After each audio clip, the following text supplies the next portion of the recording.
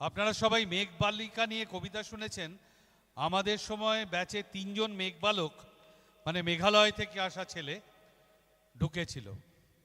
তার মধ্যে একজন অপরেশকে আমরা হারিয়েছি, একজন এখানে পেছনে বসে আছে দেবা, এবং আরেকজন শ্যামল Dutta.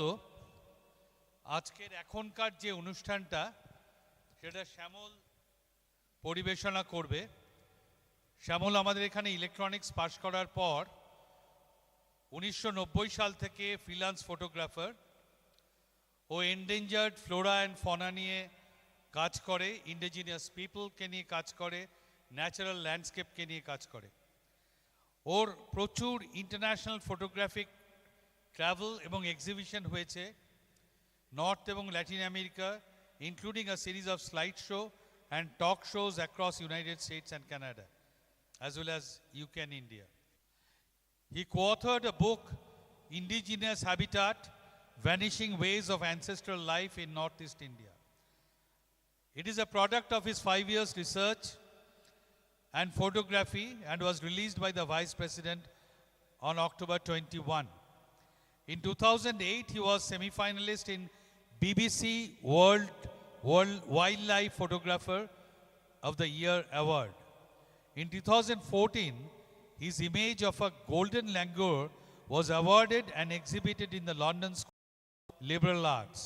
His solo exhibition was held on his works at the International Center of New Delhi and Kolkata International Photography Festival.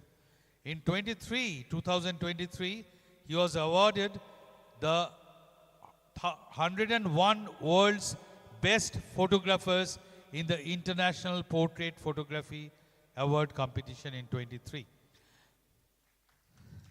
So introducing Shyamol Dotto, who being an electronics engineer has changed his path, I would say, to a much more, although my teachers are here, but much more enjoyable direction that really satiated him. Over to you, Shyamol. অনেক অনেক ধন্যবাদ আমার বন্ধুরা, প্রফেসররা আর pro vice chancellor, registrar. আমাকে সময় খুব কম দেওয়া হয়েছে, কন্টেন্ট এত বেশি, তো সেটাই হচ্ছে চ্যালেঞ্জ, কি করে কম্প্রেস করা যায়। সো এনিহাউ, যতটা পারি কম্প্রেস করে দেখাবার চেষ্টা করব এবং বলার চেষ্টা করব।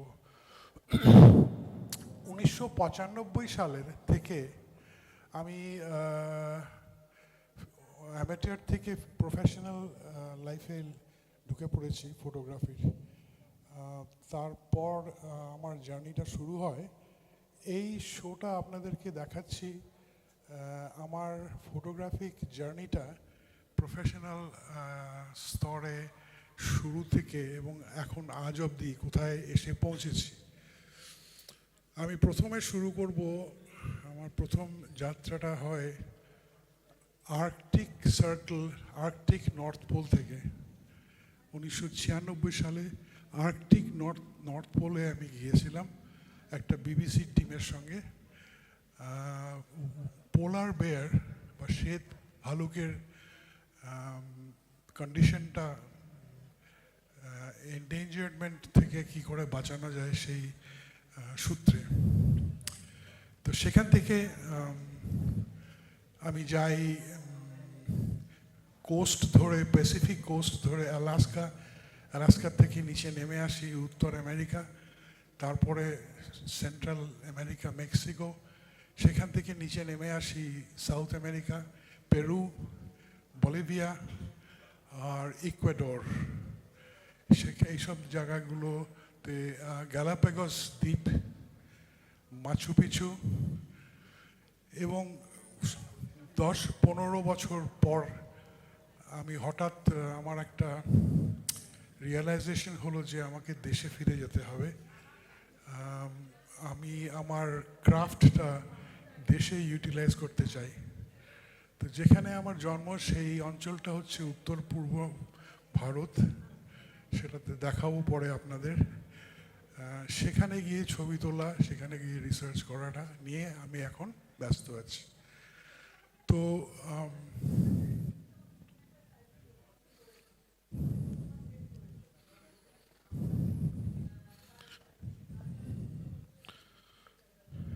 প্রথম অ্যালাস্কাতে যাই।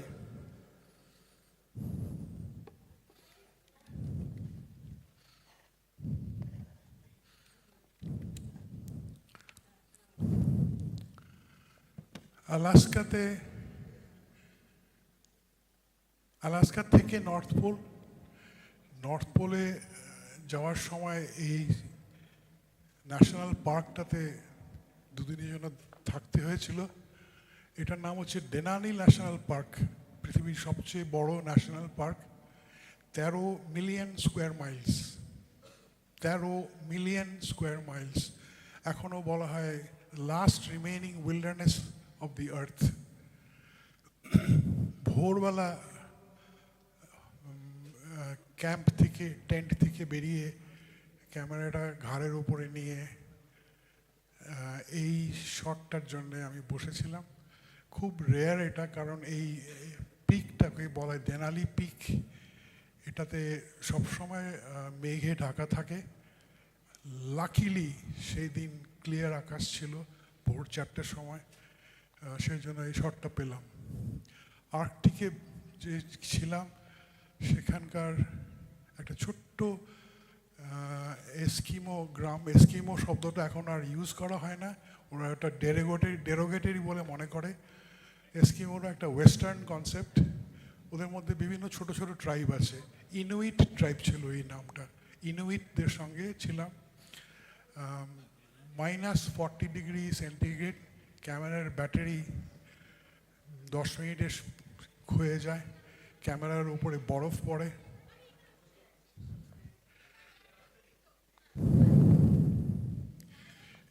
টাইড ওয়াটার গ্লেসিয়ার মানে হচ্ছে যেই গ্লেসিয়ারটা সমুদ্রে ভেঙে পড়ে সেগুলোকে বলা হয় টাইড ওয়াটার গ্লেসিয়ার। সেটার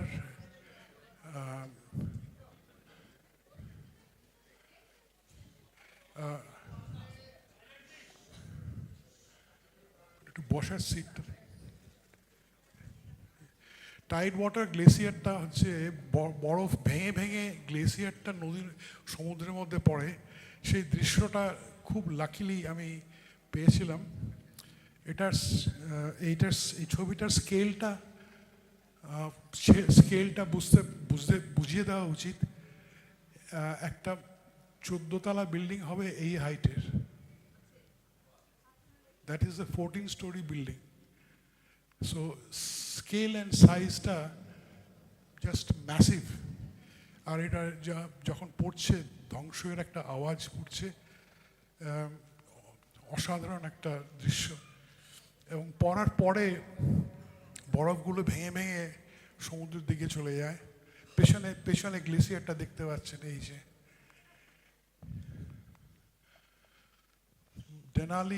মাউন্ট ডেনালি, অ্যালাস্কার এবং উত্তর আমেরিকার সবচেয়ে উচ্চতম পিক। আমাদের এভারেস্টের তুলনায় কিছুই না, 18,000 ফিট, কিন্তু ওটা নিয়ে গর্ব করে। যাই হোক, সুন্দর একটা পিক।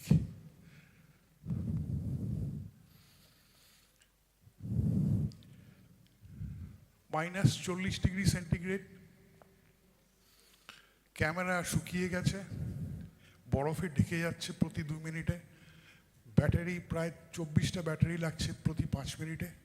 এই অবস্থায় হাড় কাঁপানো ঠান্ডা, কিন্তু এই দৃশ্যটা ক্যাপচার করতে পেরেছি। অরোরা বোরিয়ালিস হচ্ছে নর্দার্ন হেমিস্ফিয়ারে ইলেকট্রোম্যাগনেটিক ইন্ডাকশনের জন্য সূর্যের আলোটা যখন পড়ে তখন এই গ্লোটা বেরিয়ে আসে কিছুদিনের জন্যে। এটা উত্তর হেমিস্ফিয়ারে বলা হয় অরোরা বোরিয়ালিস, সাদার্ন হেমিস্ফিয়ারে বলা হয় অস্ট্রেলিয়া বোরিয়ালিস।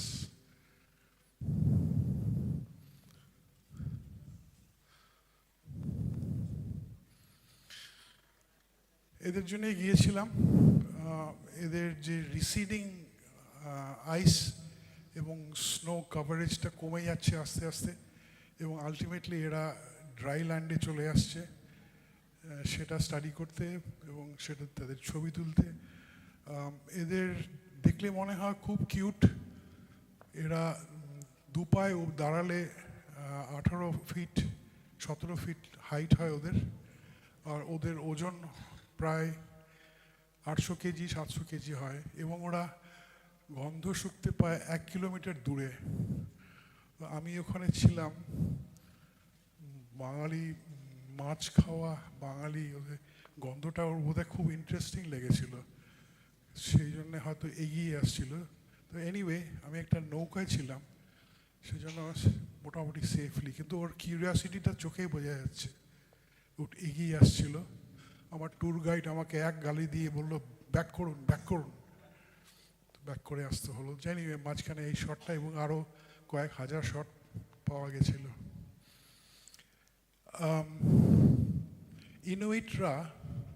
ইনুইটরা তিমি মাছকে পুজো করে, খুব সেক্রেট ওদের কাছে। কিন্তু ওরা বছরে একবার একটা ওয়েলকে ধরে নিয়ে এসে কেটে স্যাক্রিফাইস করে এবং পুজো দেয়, এবং সমস্ত ওদের ইনুইট গ্রামগুলোতে তিমি মাছের ফ্যাটটাকে ওরা কনজিউম করে এবং তেল হিসাবে আগুন জ্বালায়। তো এই তিমি মাছটা ওদের কাছে ভেরি ইম্পর্টেন্ট কালচারালি স্পিকিং। গত বছরে তিমি মাছের স্পাইনাল কর্ডটা এখানে পড়েছিল, আমার খুব ইন্টারেস্টিং লেগেছিল এটা।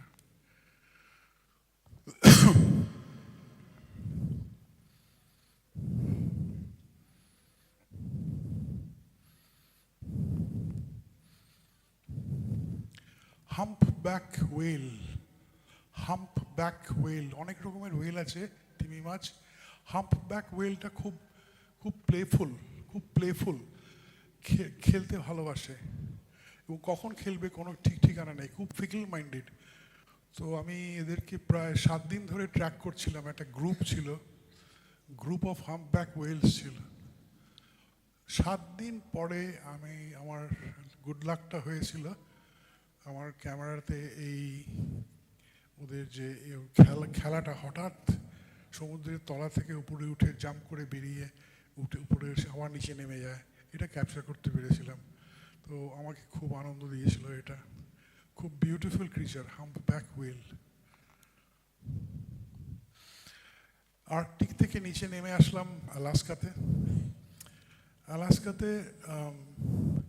15,000 কিলোমিটার অন্তর অন্তর একটা দুটো গ্রাম থাকে। ওখানে অ্যালাস্কান ব্রাউন বেয়ার, ভালুক, এদেরকে নিয়ে ছবি তুলতে গেছিলাম। এদের ডায়েটটা খুব ইন্টারেস্টিং। এরা সমুদ্রে বালুর ভেতরে কাঁকড়া খুঁজছে কাঁকড়া, দেখতেই পাচ্ছেন এটা একটা ফিমেল কাঁকড়া খুঁজে, ওরা কাঁকড়াটাকে খায়,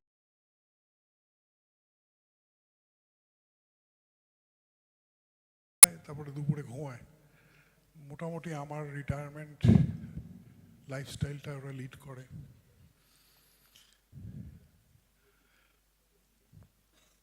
আরেকটা জিনিস করে অ্যালাস্কান ব্রাউন বেয়াররা, সেটা হচ্ছে যে স্যালমন মাছ সমুদ্র থেকে যখন উপরের দিকে যায় স্পনিং করতে, ঠিক ইলিশের মতন, তখন এরা অপেক্ষা করে কখন এরা আসবে মাছগুলো, এবং মাছগুলো মানে ভেরি অ্যাগ্রেসিভলি উপরের দিকে গিয়ে সোর্সের দিকে গিয়ে স্পনিং করে ওখানে ওদের নতুন বাচ্চা মাছ দেয় এবং ওরা ব্যাক করে আসে। সেই স্পন বাচ্চাগুলো আবার বড় হয়, আবার ওরা নিচে নেমে সমুদ্রে চলে আসে, এবং এই সাইকেলটা মানে হাজার হাজার বছর ধরে চলে আসছে। এরা এখানে অপেক্ষা করে ধৈর্য ধরে কখন এরা উঠবে। এই মাছগুলো খেয়ে ওদের যে ফ্যাটটা হয় সেই ফ্যাট দিয়ে ওরা 6 মাস হাইবারনেট করে কেভের মধ্যে। তো এই সিকোয়েন্সটা ক্যাপচার করার জন্য আমি 21 দিন একটা ক্যাম্পে ছিলাম আলাস্কাতে। তো সিকোয়েন্সটা খুব ইন্টারেস্টিং। দুটো মাছ, এটা কিন্তু ফটোশপ করা নেই বাই দ্য ওয়ে, দুটো স্যালমনকে ও দেখে যাচ্ছে, আলটিমেটলি একটাকে ধরতে পেরেছিল। আর ওর পার্টনার হিংসায় মরে যাচ্ছে পাশের দিকে, পায়নি কিছু বলে। তারপরে অবশ্য ওটাকে ডিভার করে কনজিউম করা হয়েছে। এই সিকোয়েন্সটা খুব ইন্টারেস্টিং। নিচে নেমে এসছি এখন এবার নর্থ আমেরিকাতে। অরেগন বলে একটা স্টেট আছে, সেখানে একটা লেক আছে। সেই লেকটা একটা ন্যাশনাল পার্ক। লেকটা একটা ভলক্যানিক পিক ছিল এখানে হাজার হাজার বছর আগে। সেই পিকটা এক্সপ্লোড না করে ইমপ্লোড করে গেছে। এক্সপ্লোড না করে ইমপ্লোড করে গিয়ে ভেতরে ঢুকে গেছে, আর একটা লেক তৈরি হয়ে গেছে, যার ফলে লেকের মধ্যে যত সব ফসফরাস আর সালফার আর অন্যান্য স্টোনস ছিল, সেই জলটা ওই স্টোনের কালারেশন হয়ে যায় এবং জলটা খুব পিওর থাকে, কোনো কাউকে অ্যালাউ করা হয় না। সো কালারটা ব্লু কালার হয়ে যায়, নীল রঙের। এই পাইন গাছটাকে বলে ওয়ান্ডারিং পাইন। হাওয়ায় এই পাইনটা এক জায়গা থেকে আরেক জায়গায় নিজে নিজে হাঁটতে হাঁটতে যায়। বিকেলবেলা সূর্য আসতে এটা তোলা হয়েছিল। ক্যানেডিয়ান স্নো গিজ, বরফের হাঁস, লক্ষ লক্ষ এই লেকে এরা বসে থাকে।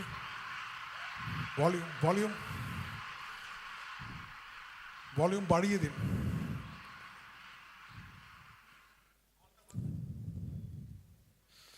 তো সে এক দৃশ্য, কয়েক লক্ষ স্নো গিজ উড়ে যাচ্ছে এরকমভাবে আওয়াজ করে। আমেরিকার মাঝখানটায় খুব বোরিং বলতে গেলে, কারণ মাইলের পর মাইল, কিলোমিটার পর কিলোমিটার এরকম ধান ক্ষেত। কিন্তু একটা ইন্টারেস্টিং প্যাটার্নও আছে, মাঝে মাঝে প্যাটার্নটা দেখা যায়, মানে শেড প্যাটার্ন এরকম। সারা শীতকাল বরফ গলার পরে বুনো ফুলগুলো ফুটে ওঠে পাহাড়ের উপরে। ভেরিয়াস ওয়াইল্ড ফ্লাওয়ার্স খুব সুন্দর, মানে ফোটে পাহাড়ের রেঞ্জগুলো কালার্ড হয়ে যায়, সামথিং লাইক আমাদের উত্তরপ্রদেশে যেটা আছে, ভ্যালি অফ ফ্লাওয়ার্স। এবং তাতে মাঝে মাঝে black-tailed deer পাওয়া যায়।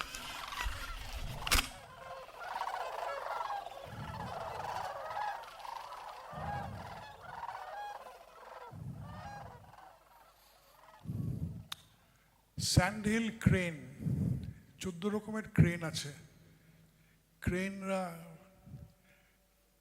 খুব সিক্রেট হয়। জাপানে, মালয়েশিয়াতে, কোরিয়াতে, মঙ্গোলিয়াতে crane is considered very secret. যেরকম আমাদের দেশে গণেশ ঠাকুর খুব সিক্রেট, ওদের ওখানে ক্রেনটাও খুব সিক্রেট। ক্রেন ওদের কবিতাতে, গানে, মাইথোলজিতে আছে। Crane is very beautiful bird. এটা হচ্ছে স্যান্ডহিল ক্রেন। এরা আলাস্কা থেকে মেক্সিকোতে 21 দিন, আলাস্কা থেকে উড়ে শীতকালে বেরিয়ে এসে একটা ছোট্ট নদী আছে আমেরিকার মাঝখানে, একটা ছোট গ্রাম, ওখানে গিয়ে বিশ্রাম নেয় 15 দিন, ধান খায়, ধান খেয়ে আবার স্ট্রেংথ জোগাড় করে মেক্সিকোতে গিয়ে যায়। ওদেরকে আমি আলাস্কা থেকে আমেরিকা, আমেরিকা থেকে মেক্সিকো অব্দি ট্র্যাক করেছিলাম। ট্র্যাক করে কয়েকটা দৃশ্য দেখালাম আপনাদেরকে। অ্যান্টিগোনে গ্রুস, স্যান্ডহিল ক্রেন।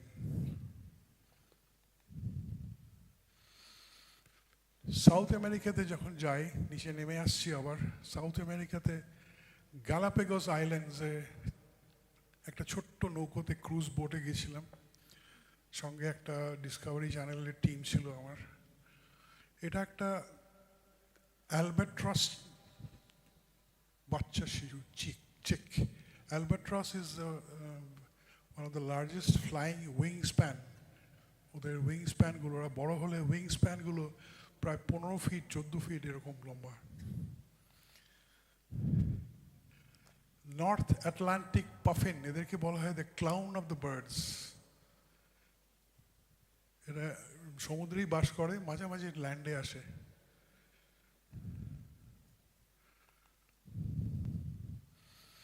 অ্যালবাট্রস মেল আর ফিমেল গ্যালাপাগোস আইল্যান্ডসের মধ্যে, এটা ওদের হ্যাবিটাট। এখানে ওরা থাকে, এখানে ওরা বাস করে, এখানে ওরা মেট করে, এখানে ওদের বাচ্চা হয়। বিউটিফুল পাখি। ব্লু ফুটেড বুবি, ব্লু ফুটেড বুবি অদ্ভুত ধরনের পাখি, একমাত্র গ্যালাপাগোসই পাওয়া যায়। পাগুলো নীল কালারের, বোঝা যাচ্ছে?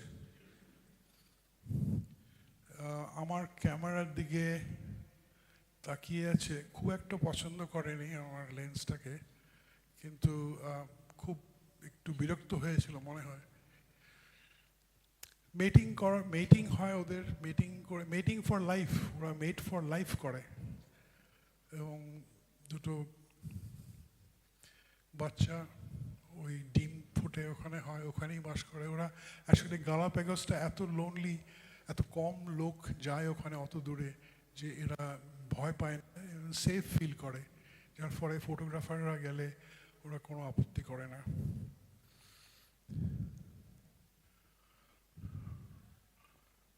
বোঝা যাচ্ছে কি? হ্যাঁ, এটা কি কি কে বললো? কি ইগুয়ানা? কি iguana? Huh? What kind of iguana is this? Okay, but good try. Well tried.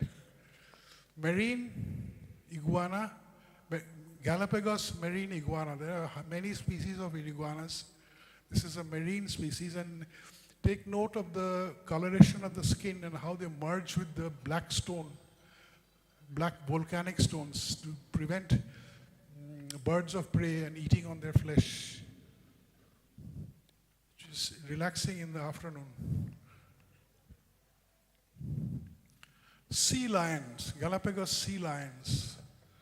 সমুদ্রটাকে ব্যাকগ্রাউন্ডে রাখা হয়েছে যাতে করে আপনারা দেখতে পারেন কিভাবে কোথায় ওরা বাস করে। এটাও একটু ক্যামেরা শাই ছিল, কিন্তু যদিও লজ্জা পাচ্ছিল, কিন্তু একটু তাকালো আমার দিকে। Galapagos pelican, Galapagos pelican.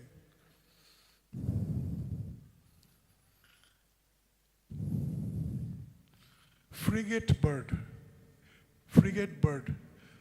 এটা মেল, পাশে একটা ফিমেল ছিল। ফিমেলকে দেখে মেটিং এর জন্য এই সিগন্যালটা ওরা দেয়, ওদের বুকটাকে ওরা লাল একটা ট্রাম্পেটের মতন একটা চেস্টে একটা ইয়ে হয়, মানে ইনক্রিজ হয়ে যায় স্পেসটা। That is the attraction, getting themselves attracted to the female nearby.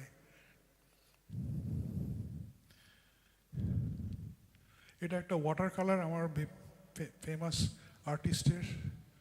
I'm just joking with you. It's a Galapagos ocean turtle. নৌকো থেকে নেওয়া, নিঃশ্বাস নিয়ে আবার ডুবে যায় ভেতরে। তবে ওয়াটার কালার প্রিন্ট করলে ওয়াটার কালার মতন মনে হবে না। That is a land iguana. That's a land iguana.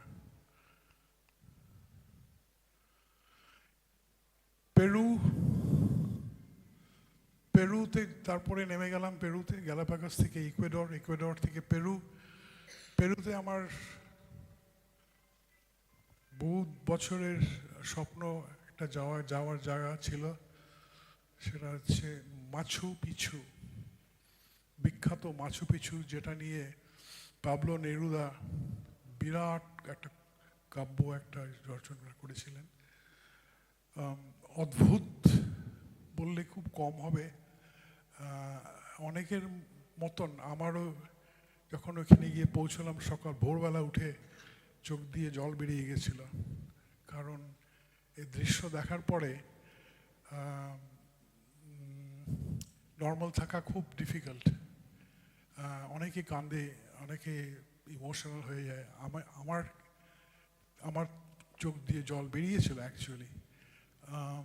একটা এরকম একটা পাহাড়ের উপরে এত বড় বড় পাথর নিয়ে একটা শহর তৈরি করেছে, জাস্ট মানে ইটস ইনক্রেডিবল। এটাকে বলে মাচু পিছু সিটি, এটাকে বলে ওয়েনা পিছু, এবং এখানেও ট্রেক করে ক্লাইম্ব করে উপরে যায়। আমি অতটা সাহস আমার নেই, সেটা করলাম না। এটা আমি শিওর আপনারা জানেন এটা কি। It's not a llama, it's a vicuna. Vicuna, দেখতে লামার মতন, but it's not a llama. তো আমি লামাটাকে দেখছি, লামা মাচু পিছুকে দেখছে, কে কাকে দেখছে কোনো ঠিক ঠিকানা নেই। সো একটা ইন্টারেস্টিং টুইস্ট হয়ে গেছিল এখানে। ভিকুনা, পেরুভিয়ান ছেলে, একটা রাস্তার পাশে।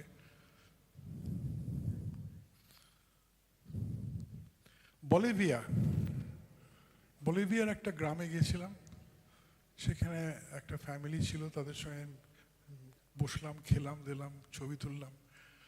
খুব ইন্টারেস্টিং জায়গা বলিভিয়া। পেরুর কিছু কিছু রাস্তা এখনো ইনকাদের তৈরি রাস্তা, ওরা চেঞ্জ করেনি ইচ্ছে করে, আশেপাশে ফুটপাথ দিয়ে দিয়েছে, কিন্তু মেইন যে রাস্তাটা they have still kept the main Inca road intact. এখন সেখান দিয়ে এখন টয়োটা আর হন্ডা যাচ্ছে, but the road is intact.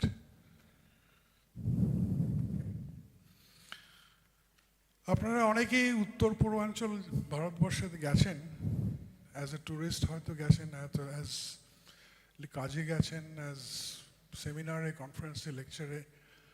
কিন্তু আমি যখন ফিরে আসলাম তখন আমার একটা এপিফেনি হলো। এপিফেনি মানে আমার একটা স্পিরিচুয়াল একটা হলো যে আমি আমার নিজের জায়গা জানি না, নিজের লোককে চিনি না। সো আমি ডিসাইড করলাম যে আমার next rest of my life আমি এই অঞ্চলটাকে ডেডিকেট করব আমার কাজের উপরে, পড়াশোনা, গবেষণা এবং ফটোগ্রাফি এবং লেখা। 8টা স্টেট আছে, 8টা স্টেট, 7জনকে বলা হয় 7 বোন, আর একটা ভাই আছে। ভাই হচ্ছে সিকিম, আর 7জন হচ্ছে আসাম, অরুণাচল, মণিপুর, মিজোরাম, ত্রিপুরা, নাগাল্যান্ড। এবং আস্তে আস্তে জানতে পারলাম যে মেইনল্যান্ড ইন্ডিয়া, আমরা ইন্ডিয়াকে মেইনল্যান্ড ইন্ডিয়া বলি, মেইনল্যান্ড চায়না নয়। মেইনল্যান্ড ইন্ডিয়া আমাদের এই অঞ্চলটাকে কখনোই সঠিক পার্সপেক্টিভে দেখেনি বা জানেনি বা জানার চেষ্টা করেনি। একটু আধটু কয়েকটা ইউরোপিয়ান স্কলাররা 1901 থেকে 1920 অবধি একটু পড়াশোনা করেছে, কিন্তু that was from a colonial perspective of social anthropology and anthropology, colonial perspective. এখন নর্থ ইস্টার্ন স্কলাররা নিজেদের হিস্ট্রি, নিজেদের কালচার নিয়ে পড়াশোনা করছে, এবং that is probably more likely to be correct. এখানে 630টা ট্রাইব আছে, 630 ট্রাইবস। যদিও the word tribe is no longer used, it is considered to be derogatory. Tribe is a western concept. দূর থেকে দেখতো ও সালারা দেখতে এক, ও হবে এই ট্রাইব, কিন্তু জানতো না যে এক এক পাহাড়ে এক এক ধরনের ক্ল্যান থাকতো, এক এক গ্রাম আইডেন্টিফাই করতো, এক একজনকে ক্ল্যান, গ্রাম দিয়ে আইডেন্টিফাই করা হতো। ট্রাইব বলে কোনো কিছু ছিল না, যদিও আমরা এখন সবাই ট্রাইব বলি, উপজাতি বা আদিবাসী, whatever it is. So এই কলোনিয়াল নমেনক্লেচারগুলো, ট্যাক্সোনমিগুলো ইউজ করি আমরা। সো আমার কাজ এখন এখানে শুরু হয়ে গেল। বেসিক্যালি যেটা বললাম, 8টা স্টেট, ভারতবর্ষের উত্তর পূর্বাঞ্চল, যেটা বৈদিক ভারতবর্ষের থেকে সম্পূর্ণভাবে আলাদা। বৈদিক এবং দক্ষিণ দ্রাবিড়ীয় ভারতবর্ষের থেকে সম্পূর্ণভাবে আলাদা। আমরা আমাদেরকে চেনাও হয়নি, জানাও হয়নি, জানার চেষ্টাও হয়নি, সম্মানও দেওয়া হয়নি, সেটাই আমরা ফিল করি। এখন অনেকটা ইমপ্রুভ করছে সিচুয়েশন, জানার চেষ্টা করছে। তথাপি আমাদের খাওয়া দাওয়ার স্টাইল, গান বাজনা, আমাদের কাপড়, আমাদের ট্রেডিশন, আমাদের ফোকলোর, আমাদের বিলিফ সিস্টেমকে শেখার চেষ্টা করছে ইন্ডিয়ান স্কলার, মেইনল্যান্ড ইন্ডিয়ার স্কলাররা। অরুণাচল প্রদেশ দিয়ে শুরু করছি, প্রথম যেখানে ভারতবর্ষে সূর্য ওঠে। অসাধারণ জায়গা, একটা অসাধারণ জায়গা, বিশাল বড় স্টেট, 260টা ট্রাইব আছে ওখানে, 260 ট্রাইবস।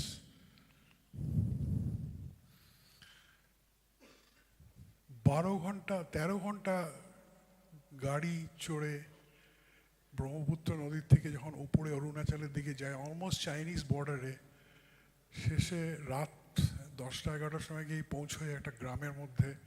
আগের থেকে ঠিক করা ছিল কোথায় উঠবো, গ্রামের গাঁওবুড়ার বাড়িতে। তখন আর আমার আর চোখ খোলার আর নেই, মানে ক্ষমতা ছিল না। হাঁটু ব্যথা, হাত ব্যথা, গা ব্যথা হয়ে গেছে। রাস্তা ভয়ঙ্কর ল্যান্ডস্লাইড। আমি প্রায় আধা মরা হয়ে গিয়ে শুয়ে পড়েছিলাম। ভোরবেলার সকালে উঠে ক্যামেরাটা যখন ফ্রেশ ফিল করেছি, ক্যামেরাটা নিয়ে বেরিয়ে দেখি গ্রামটা কীরকম। চারিদিকে তো অন্ধকার ছিল, চারিদিকে পাহাড়, ফগ, আর এই দৃশ্যটা আমার পড়লো প্রথম।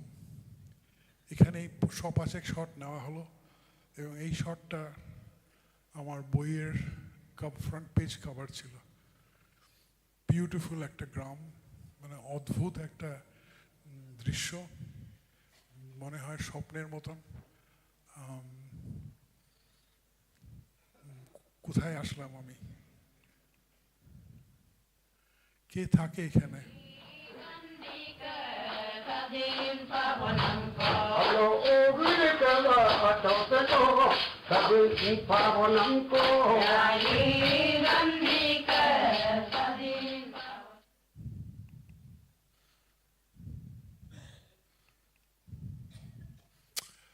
ওই যে গানটা দেখলেন, আমি ওই বাড়িতেই ছিলাম, ওইখানেই শুয়েছিলাম আগুনের পাশে রাত্রেবেলা।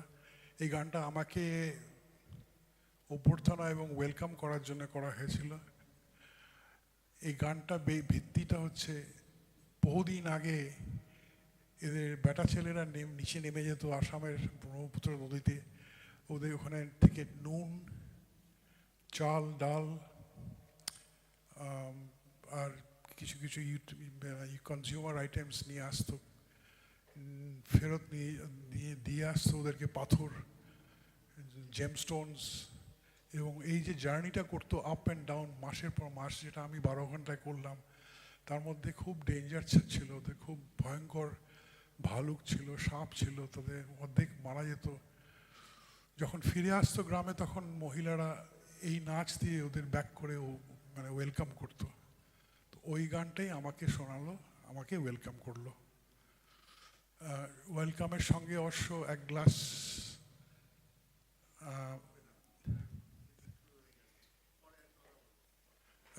গ্লাস রাইস ওয়াইন বলে ওরা। রাইস ওয়াইনটা ওখানে একটা কালচার। আপনারা এখানে এরকম চা বাড়িতে এসছেন, চা খাবেন না, ওখানে বাড়িতে গেলে রাইস ওয়াইন খাওয়া হবে, বাড়িতে তৈরি করা রাইস ওয়াইন। দুর্ধর্ষ স্বাদ, খুব কম অ্যালকোহল, কাজে চিন্তার কিছু নেই। আগুনের পাশে বসে রাইস ওয়াইন খাওয়ালো আমাকে, আর এই নাচটা করলো। অসাধারণ একটা মুহূর্ত, সেটা ডকুমেন্ট করেছি। আরও অনেক ছবি আছে, অনেক ভিডিও আছে। কারা এরা? আদি ট্রাইব, আদি।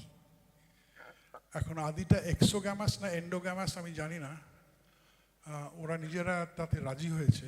আদি ট্রাইবটা এক্সোগ্যামাস মানে বুঝতেই পারছেন, exogamous is a name given, nomenclature given by an external people. So is it exogamous or endogamous? Further research needs to be done. এটা ওদের ঘর, চারিদিকে বারান্দা, আর বাঁশ সব কিছু সাস্টেনেবল মেটেরিয়াল দিয়ে তৈরি, বাঁশ, জঙ্গলের কাঠ, স্ট্র থ্যাচ।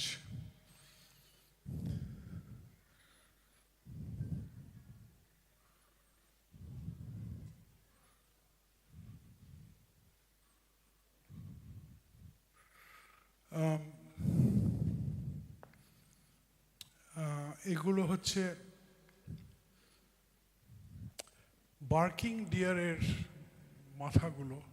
হান্টিংটা ওদের কাছে একটা ট্রেডিশনাল ব্রেভারি বলে একটা জিনিস, ওরা বছরে একবার করে সেরিমোনিয়াল হান্টিং করে, and that is not unscientific. Don't think that they are uncivilised, unscientific people.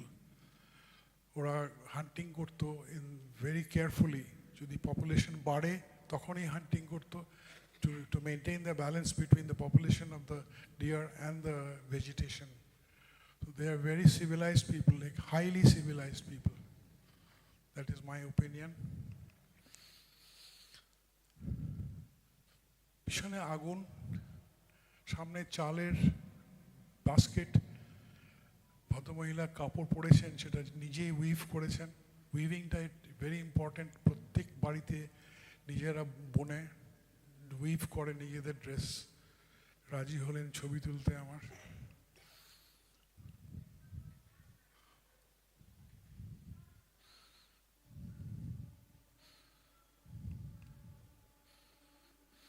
সেখান থেকে গেলাম অরুণাচলের আর একটা জায়গায়, অলমোস্ট চাইনিজ বর্ডারের থেকে 10 কিলোমিটার দূর। জায়গাটার নাম হচ্ছে মেনচুকা। মেনচুকা ট্রাইবটার নাম হচ্ছে মেম্বা, MEMBA। ওরা নিদের আদিদের মতন, nor are they like any other tribes. They're very different. They come from Tibet. In fact, 62 আগে টিবেট এ ওরা রেগুলার যাতায়াত করতো, হিমালয়ান, হাই হিমালয়ান ট্রেলগুলো দিয়ে ক্রস করতো, এবং ইনফ্যাক্ট টিবেটিয়ান রাজার রেভিনিউ আর্নিংও এদের এই গ্রাম থেকে আসতো। এটা হচ্ছে টিবেটিয়ান রয়্যাল স্ট্যাম্প, একজনের কাছে ছিল, সেটা দেখালো খুলে আমাকে। পাশে বইটা দেখুন কি ধরনের ম্যানুস্ক্রিপ্ট ওরা রেখেছিল, সে বহু পুরনো ম্যানুস্ক্রিপ্ট, এবং তার পাতাগুলো হচ্ছে বাঁশ দিয়ে তৈরি।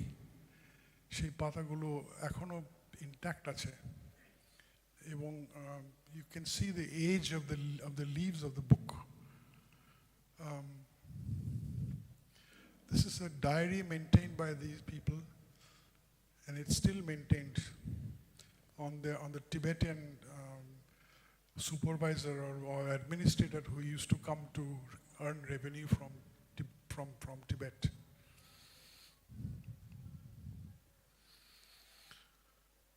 ছোট্ট একটা মেম্বা ফ্যামিলি, ঘরের ভেতরে বেশ সুন্দর আগুন জ্বলে আর গরম। আর সসপ্যান যেটা দেখছেন সেটা নর্মাল সসপ্যান নয়,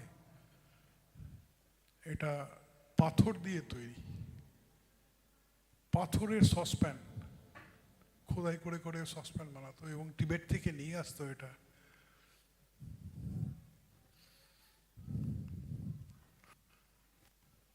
সিনবীর, ভদ্রমহিলার নাম সিনবীর, বয়স 92, দেখে মনে হয় না। ওনার স্টোরিটা, গল্পটা খুবই ট্র্যাজিক। আমাকে যখন রেকর্ডিং করে আমি যখন তুললাম, ছোট্ট করে বলছি, সময় কম। ওনার বিয়ে হয়েছে 9 বছর বয়সে, এবং 9 বছর বয়সে বিয়ে হওয়ার পরে ওনার শ্বশুর শাশুড়ি ওনাকে খুব ইলট্রিট করে, এবং 3-4টে বাচ্চা হওয়ার পর ওনাকে একদিন শ্বশুর শাশুড়ি জঙ্গলে নিয়ে যায় আশেপাশে। সেখানে বলে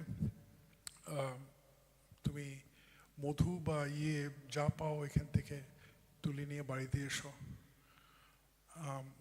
জঙ্গলটা ভর্তি ব্ল্যাক বেয়ার ভর্তি, কালা ভালুকে ভর্তি আছে, এবং শ্বশুর শাশুড়ি আর ব্যাক করে যায়নি ওকে নিয়ে আসতে। 3 দিন উনি জঙ্গলে কাটিয়েছেন, সারভাইভও করেছেন, এবং ফিরে আসেন। ফিরে এসে দেখে ওনার হাজব্যান্ড ছেড়ে চলে গেছে ওনাকে। প্রায় 4-5টি ছেলে মেয়ে। ছেলেমেয়েরা ওনাকে দেখাশোনা করে এখন। এই হচ্ছে ওনার গল্প। কিন্তু এই গল্প যখন আমাকে রিলেট করলো তখন সারাক্ষণ খালি হাসতে হাসতে রিলেট করলো। So so cheerful, so positive, so beautiful in their nature. আমাকে বললো আমার বাড়িতে এসো, খাও, থাকো এখানে, আর নেমন্তন্ন করলো। তো বললো আমি একটা আমার বিয়ের ড্রেসটা পরি একটু। আমি বললাম নিশ্চয়ই পরুন। ভেতর থেকে সুটকেস ট্রাঙ্ক থেকে, সুটকেস তো নেই, ট্রাঙ্ক থেকে নেই বিয়ের ড্রেসটা পরে আমাকে দেখালো। আমি বললাম আমি কি ছবি তুলতে পারি? বলে হ্যাঁ তুলুন। ঠিক আছে। তো ওনাকে নিয়ে 1000 শট নিয়েছি আমি।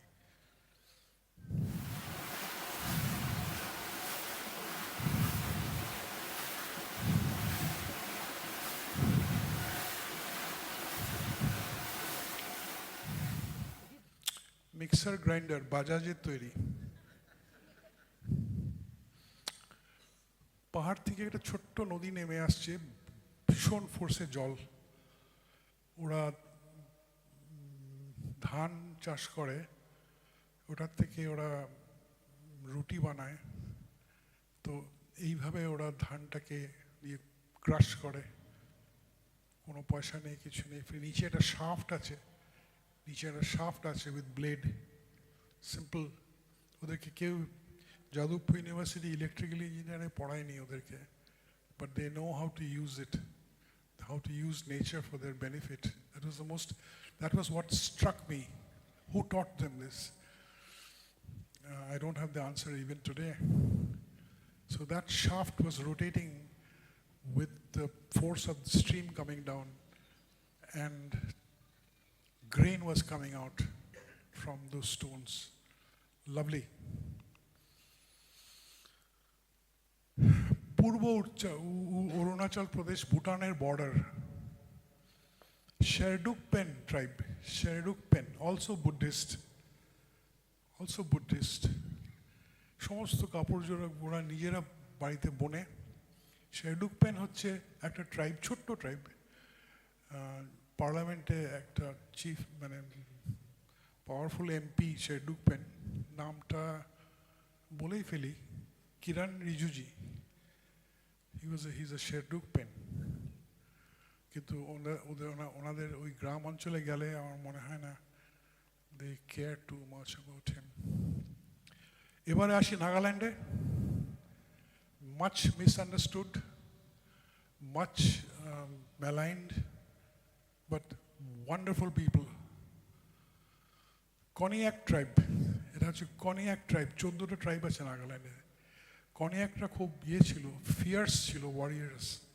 ওরা ব্রিটিশদেরকে প্রচুর ফাইট করেছে এবং ওদের বন্দুক চুরি করে ওরা নিজেরা কপি করে বন্দুক বানিয়েছে। সেই বন্দুকগুলো এখানেই আছে, ফ্লিন্ট লক মাস্কেট বলে। এখন আর করে না, এখন তো ওয়ার ডান্স করছে একটা, ওয়ার ডান্স। আমি ডান্সের ছবি খুব বেশি নেই না, তবে this one I took. War dance করে ওরা। নাগাদেরকে বলা হয় quote unquote head hunter. Severe and serious objection আছে আমার এই ওয়ার্ডটা ইউজ করার জন্যে। হেড হান্টার ওয়ার্ডটা ইউজ করা ওদের এগেনস্টে আমার সিরিয়াসলি অবজেকশন দিই আমি। সারা পৃথিবীতে যুদ্ধ হচ্ছে, মাথা কাটাকাটি, বডি কাটাকাটি চারিদিকে হচ্ছে, তখন হেড হান্টার হয় না। আর এরা যখন এক গ্রামের সঙ্গে আরেক গ্রাম কোনো একটা কারণের জন্য মানে যুদ্ধ হয় এবং মাথা কাটে, তখন এদের হেড হান্টার বলা হয়। সো পিওরলি ওয়েস্টার্ন ইউরোপিয়ান বা কলোনিয়াল বা ইভেন মেইনল্যান্ড ইন্ডিয়ান ন্যারেটিভ এবং ট্যাক্সোনমি ইউজ করা হয় এদের উপরে। হেড হান্টিং যেটা করে ওরা, সেটা অত ইজিলি করা হয় না। ওরা একটা গ্রাম ডেমোক্রেটিক্যালি একটা মিটিংয়ে বসবে, ডিসাইড করবে হেড হান্টিং মানে যুদ্ধ করতে যাবে কি যাবে না। যদি ওই গ্রামের মেয়েদের কোনো একটা মেয়েকে কিডন্যাপ করে অন্য গ্রামে নিয়ে যায়, only then they will decide to go and hunt and kill and bring back the head. That who has to be democratically approved by the committee, by the elders of the village. So it's very very constructively Democratic. এবং ওই মাথাটা ওরা গাঁওবুড়ার বাড়ির সামনে সাজিয়ে রাখতো to show that he is a very powerful person. So please don't call them headhunters. Architecture student এখানে অনেক আছে, প্রফেসর আছেন। It's an architectural wonder এদের বাড়িগুলো, in terms of sustainability, in terms of engineering, in terms of comfort, in terms of reliability, durability, in terms of price, everything. And it's going on for centuries. কোনো আর্কিটেকচারের department নেই, university নেই, college নেই। এক generation আরেক জেনারেশনকে শিখিয়ে দেয়, তারপরে জেনারেশন তারপরে জেনারেশনকে শিখিয়ে দেয়। এটা ওদের কমিউনিটি হল একটা ট্রাইবটার নাম হচ্ছে Chang tribe, Chang. And notice the cantilever formation with supporting truss. মনে হয় যেন একটা মিসাইল বা একটা এয়ারক্রাফট লঞ্চিং স্টেশন। মাঝে মাঝে ওরা বছরে একবার বাচ্চা ছেলেদেরকে নিয়ে রুফটাকে মেনটেন করে, স্ট্রপ পাল্টায়। Very interesting.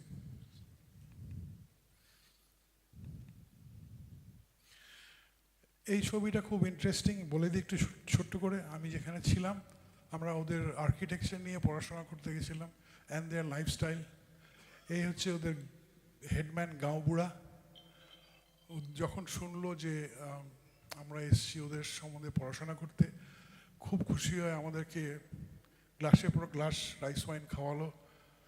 তাতে একটু আমাদের অসুবিধা হয়েছে, কিন্তু তারপরে বলল, okay, we will build a house for you now. I said, now? I said, yes. সব লোকগুলোকে ডাকলো গ্রাম থেকে, কী সব বললো, ওদের ভাষায় বললো।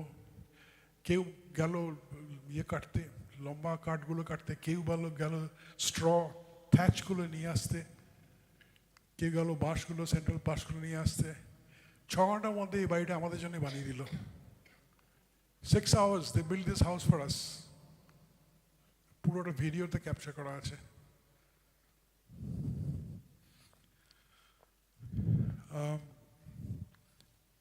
Since then গাঁওবুড়া মারা গেছে। খোনোমা, আঙ্গামি ট্রাইবরা হচ্ছে খোনোমাতে থাকে। Khonoma is the most greenest village in Asia এখন। Plastic is not allowed. Hunting is banned. যদিও এরা ট্রেডিশনালি হান্টার, কিন্তু ওদের ইয়াং জেনারেশন এখন চেঞ্জ করছে, হান্টিং অ্যালাউ করছে না। তো এই ভদ্রলোক লাস্ট হান্টিং করতেন। খোনোমা হচ্ছে এমন একটা জায়গা যেখানে 1948-এ নাগাল্যান্ড জানিয়ে দিল যে আমরা ইন্ডিয়ার সঙ্গে যুক্ত নয়, আমরা সম্পূর্ণ আলাদা, আমরা আপনাদের সঙ্গে ভালো রিলেশনশিপ রাখতে চাই। কিন্তু নেহেরুকে জানিয়ে দিল। ফিজো ছিল খোনোমার, ওরা খুব প্রাউড পিপল, ফিয়ার্স ওয়ারিয়ার্স। বললো আমরা তো ইন্ডিয়ার সঙ্গে থাকবো না, কারণ আমাদের ট্রেডিশন, আমাদের কালচার, আমাদের history has nothing to do with India. Has nothing to do with India. We have our own traditions, we have our own small community. By force আপনারা আমাকে ঢুকিয়েছেন, আপনারা আমাদেরকে জিজ্ঞেস করেছেন। সে ছিল খোনোমার গ্রাম। আমাকে honorary member of the village council করেছে। তার কারণ হচ্ছে যে খোনোমাতে আমি রেগুলার যাই, ওদেরকে কনজারভেশনে হেল্প করি, ওদেরকে এডুকেশনাল অ্যাওয়ারনেসে হেল্প করি। ওরা খুব আমাকে ভালোবাসে।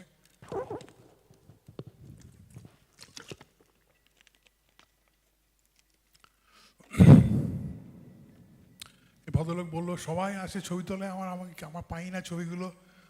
ওনাকে স্পেশালি ছবিটা ডেলিভার করা হয়েছে। বন্দুকটার সাইজটা লোকেট করে, এগুলো সব কাস্টমাইজড বিল্ট বন্দুক। Papa Lubino, hausa magoga do Sagong 买盒面，是过说，什么面买盒面，他们不要，一不第四个不好。我个口罩不是我上班打的，不是的。啊，是。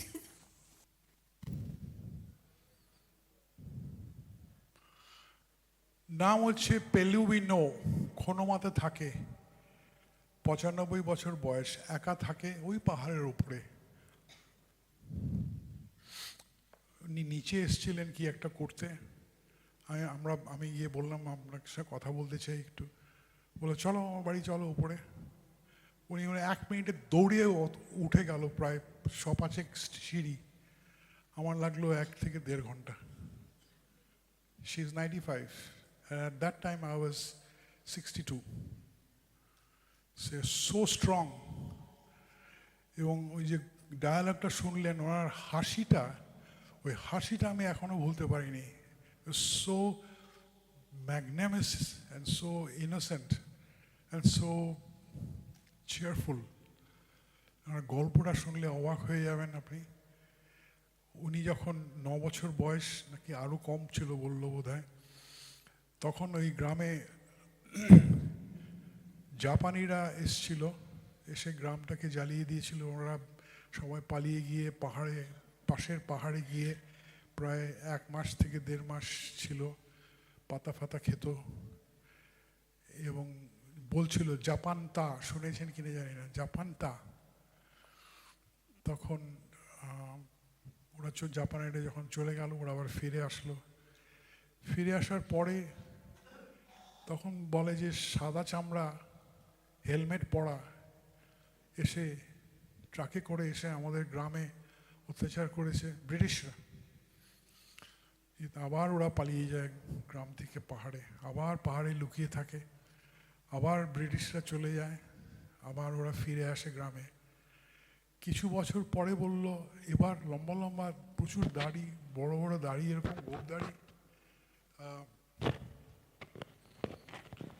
গোপ দাড়ি এবং মাথায় কাপড় বাঁধা।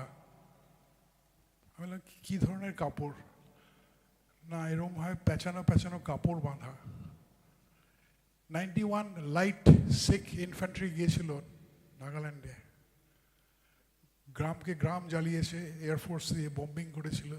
যখন ফিজো বলে যে আমরা থাকবো না ইন্ডিয়াতে, নেহেরু পাঠিয়েছিল ওদেরকে, তখন ওরা আবার গ্রাম ছেড়ে চলে যায়, পাহাড়ে লুকায়। তারপরে আর্মি চলে যায়, ওরা আবার ফিরে আসে, আবার ঘর বানায়। এই গল্পটা উনি এরকমভাবে হাসতে হাসতে বলছিল, জাস্ট টাচিং, অ্যাবসলিউটলি মার্ভেলাস। তো এই কাপড়টা উনি বিং করছে। তখন আমি বললাম যে দিদিমা আমি থাকবো আপনার এখানে, আমাকে থাকতে দেবেন? তখন বলল যে হাসতে হাসতে বলবেন মিথ্যুক কোথাকার। So lovely.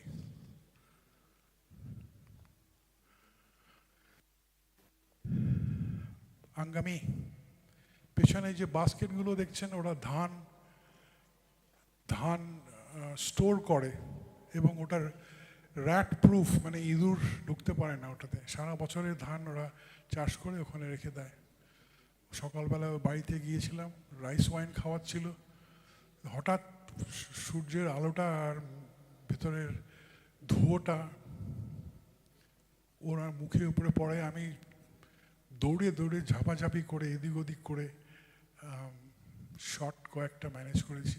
এই শটটা আমার সবচেয়ে ভালো লেগেছে।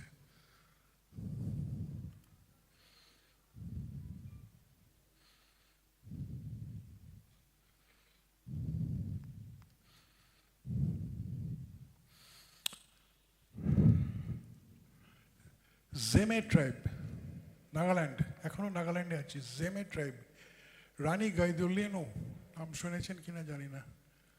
রানী গাইদুলিনো ছিল এমন একজন রানী যা ব্রিটিশদের এগেনস্টে একা লড়েছিল। জেমে ট্রাইবের আমি এদেরকে শুটিং তুলছিলাম, তখন দুটো তিনটে ছেলে শিকার করতে গিয়ে এই বুনোর শুয়োরটাকে শিকার করে নিয়ে আসে, এবং ওদের কাস্টমারি প্র্যাকটিস হচ্ছে প্রথম শিকারের যে হাড়টা সেটা কেটে এসে স্যাক্রিফাইস করে স্যাক্রিফিশিয়াল হিসাবে ওদের গাঁও বুড়াকে দিতে হয়, হেডম্যানকে দিতে হয়। এখানে ফেলে দিয়ে চলে গেল, তা গাঁও বুড়া নিয়ে নেবে এবং এই মাংসটা পুরো গ্রামকে ডিস্ট্রিবিউট করে হবে।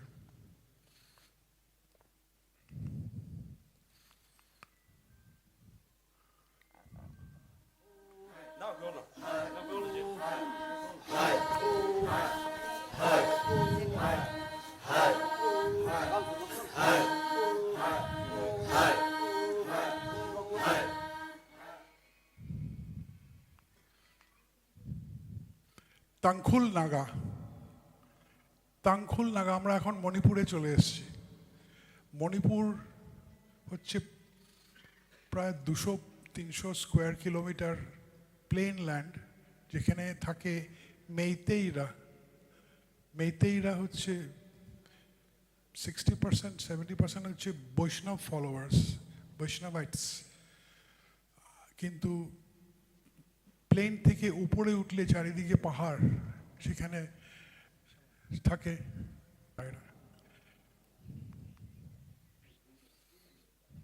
বাড়িগুলো খুব সুন্দর, প্যাটার্নগুলো খুব ইন্টারেস্টিং এবং প্রত্যেকটা প্যাটার্নের একটা করে মানে আছে।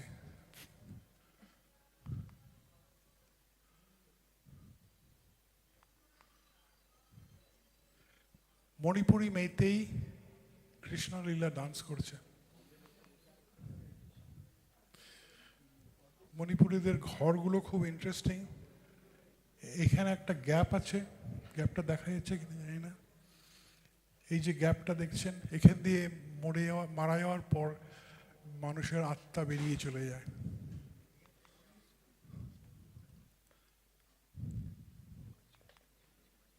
Almost done. 2 minutes.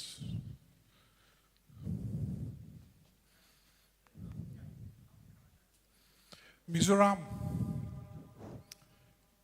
একটা মিজো চিফ বা কিং তার ফ্যামিলি নিয়ে বসে আছে।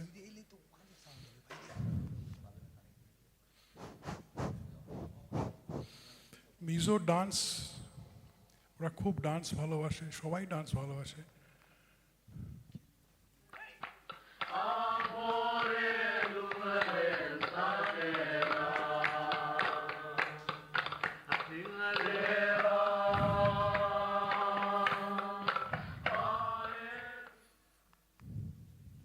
মিজোরা মারা যাওয়ার পরে ওরা বিশ্বাস করে যে ওদের আত্মাটা এই লেকের ওপর দিয়ে যায়, লেকের ওপর দিয়ে উড়ে চলে যায় এবং এখানে একবার পাটা দেয়, তারপরে চলে যায়। ইন্টারেস্টিং, ভেরি ইন্টারেস্টিং হচ্ছে লেকের শেপটা পায়ের মতন। ড্রোন থেকে শট নিয়েছিলাম আমি, সেখানে পুরো পায়ের একটা ছাপ লেকটার।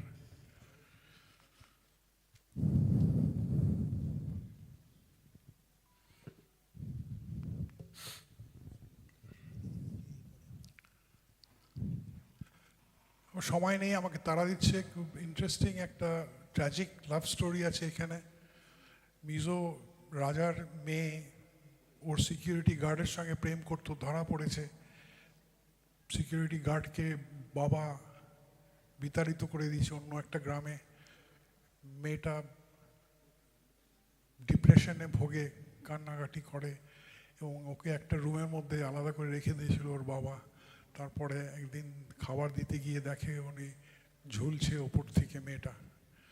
আজও ওই গ্রামের লোকেরা বলে এই পাহাড়ের উপরে, এই পাথরটার উপরে গিয়ে যখন ফুল মুন, চাঁদ যখন ওঠে, তখন একটা সাদা পোশাক পরা মেয়ে গান গায়, এখনো বিশ্বাস করে।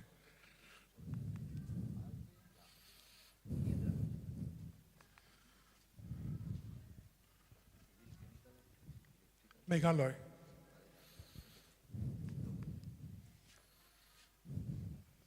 Infinity swimming pool.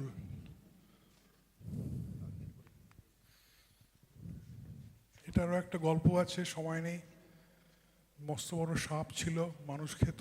সাপকে একটা লোক, গ্রামের লোক গিয়ে জ্বলন্ত লোহা ঢুকিয়ে দিয়ে ওকে মারা হয় এবং ওর যে মানে মৃত্যুর সময় যে ওর যে ট্রেমারগুলো সেগুলো এই পাথরের মধ্যে মানে ছাপটা দিয়ে মারা যায়। লম্বা স্টোরি। জয়ন্তিয়া ট্রাইব, বাড়ির ভেতর।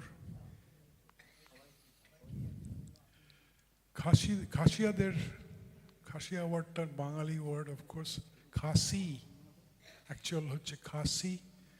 ওরা ওরা স্টোন কালচার, ওদের কালচার হচ্ছে স্টোন কালচার। কেউ মারা গেলে ওরা এরকম স্টোন ইরেকশন করে।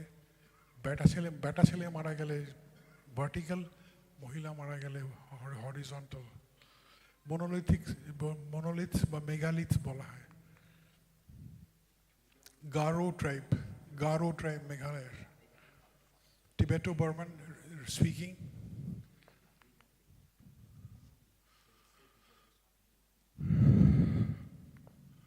দাগগুলো খেয়াল রাখবেন, সাদা সাদা দাগ আছে গারো ঘরের মধ্যে।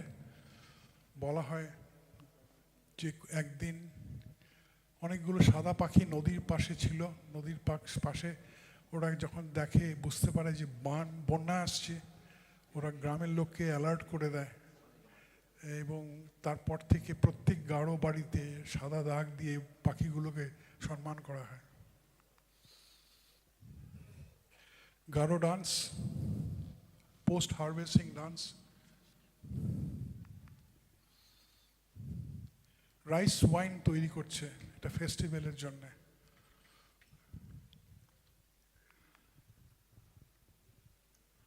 গাঁও বুড়া, এটা ওর তৃতীয় বউ।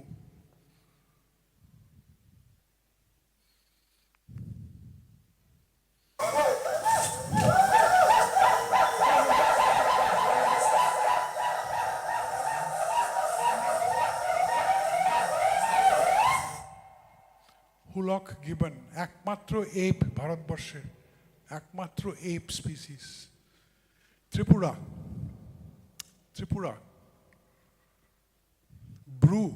ব্রু কমিউনিটি, মেয়েরা হুক্কা খায়।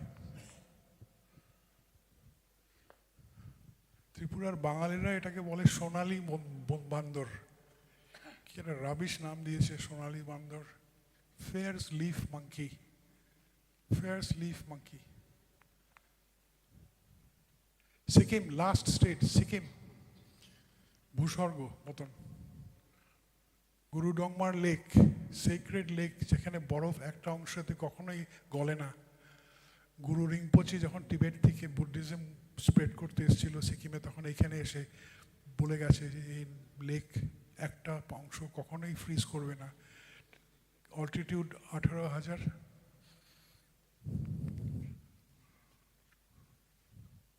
সিকিম, ছেলে ও মেয়ে ওদের ভেড়া। সিকিম, লেপচা মহিলা, ভুটিয়া মহিলা, ছোটবেলায় টিবেট হেঁটে হেঁটে যেত, হেঁটে হেঁটে আসতো। ঘরগুলো খুব ইন্টারেস্টিং, পিলারগুলো পাথরের ওপরে যাতে করে পচে না যায়, ঘরগুলো ইন্ট্যাক্ট আছে এখনো।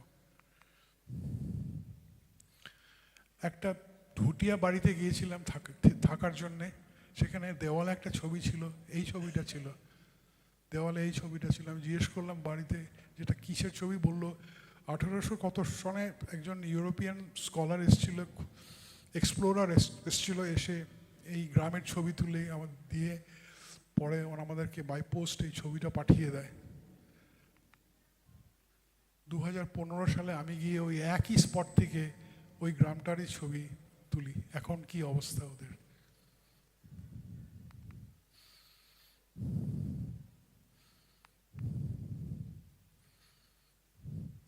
Assam, missing tribe, missing, MISING,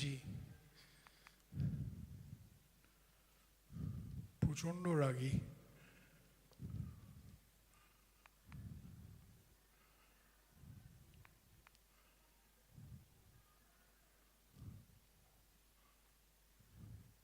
golden langur,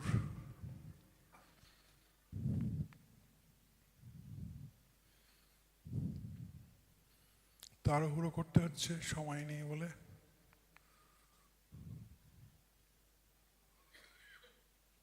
মার মুখে কিন্তু কই মাছ একটা বাচ্চাকে খাওয়াচ্ছে।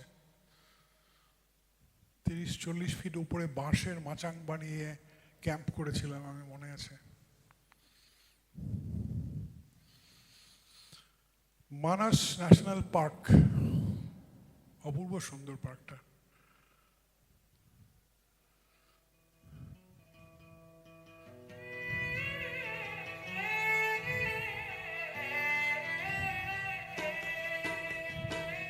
গৌরী পুরিয়া গাভরু দেখিল, হাতি ধরিবলই গই। হাতিও ধরিল তাই কমুহিল, হাতুড়ি গদাধর নই। গৌরী পুরিয়া গাভরু দেখিল, হাতি।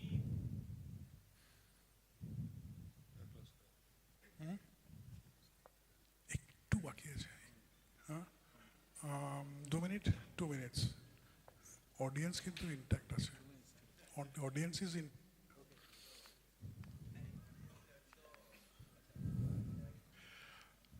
ভারতবর্ষে এই ক্রেনরা আসে, ডেমোয়াজেল ক্রেন, রাজস্থানে একটা গ্রামের মধ্যে গিয়ে থাকে, এটা জৈন গ্রাম। ওখানে জৈনরা কন্ট্রিবিউশন করে ওদের ধান খাওয়ায় প্রতি বছর, 15-20 দিন এসে চলে যায়, শীতকালে আসে। ডেমোয়াজেল ক্রেন, দুটো ক্রেন দেখলেন আপনারা, স্যান্ডহিল ক্রেন, ডেমোয়াজেল ক্রেন। এই लास्ट सेक्शन। अगर फिर 10 बार रूहे जमन अस्त, हमन अस्त ओ हमन अस्त ओ हमन अस्त। If there is paradise, it is here, it is here, it is here. Kashmir, আমার ফেভারিট জায়গা, ফেভারিট লোক, ফেভারিট ঘোরার জায়গা।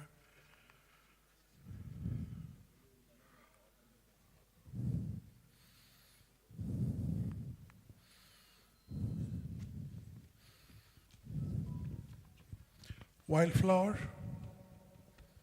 বরফ ঢাকা পাহাড় ছিল।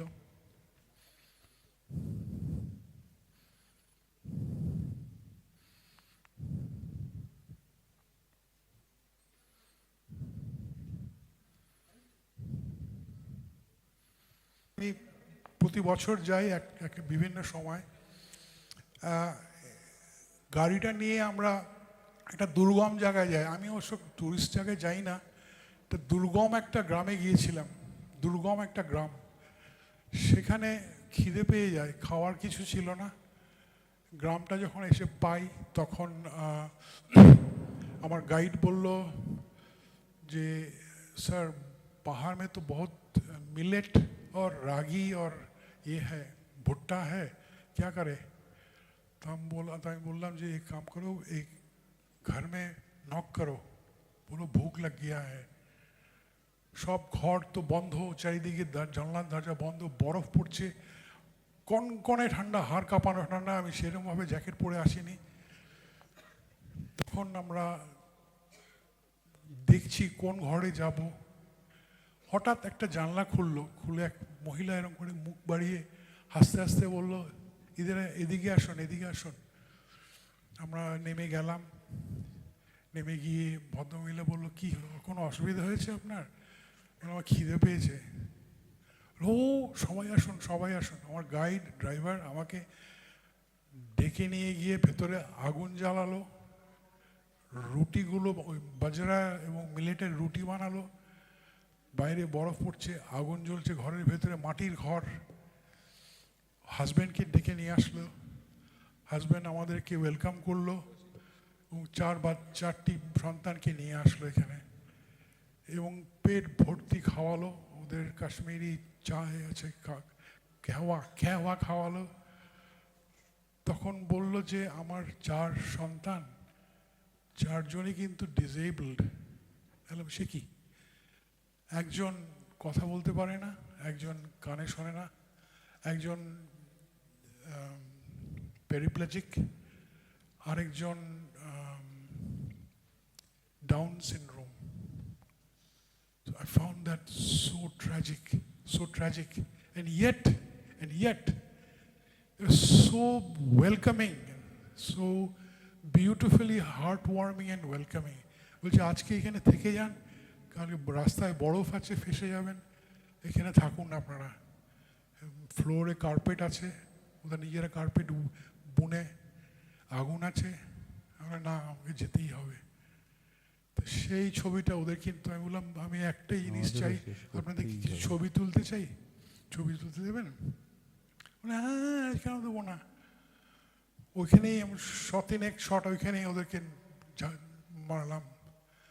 এই শটটা world's best 101 portrait photographers award পায়।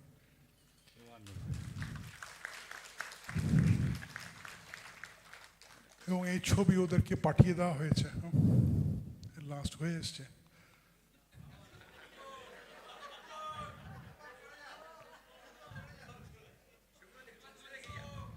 আমি সরে যাচ্ছি, কিন্তু তারপরে কি আমাকে গালাগাল দেবে না যে আমার সময় কম হলো? শেষ হয়ে এসছে, শেষ হয়ে এসছে।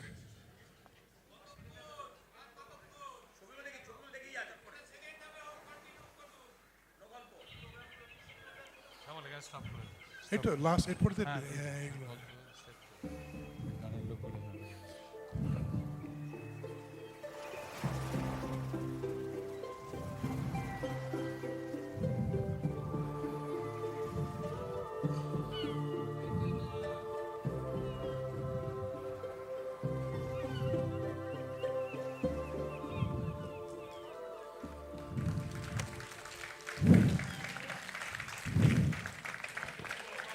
Thank you Shyamal for the wonderful presentation.